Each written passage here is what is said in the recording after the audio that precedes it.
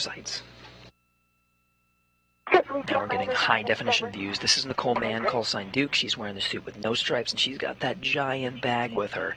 That's the strut bag that has the mounting platform that they're going to be installing today. Both of them will be working on the 1A channel. Koichi Wakata's got to make a stop first to work on the 1B, but Nicole Mann's going to get started right away, so she's got that bag in tow.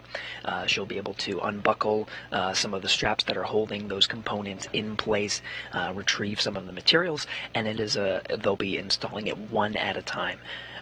The ground teams have plenty of experience with this type of work. This will be the 6th modification kit, the 6th time that we've used these struts to attach to a mast canister, so they're prepared for any of issues or troubleshooting they need to do along the way, and that work will be being done soon. Right now we're just watching the translation or the movement.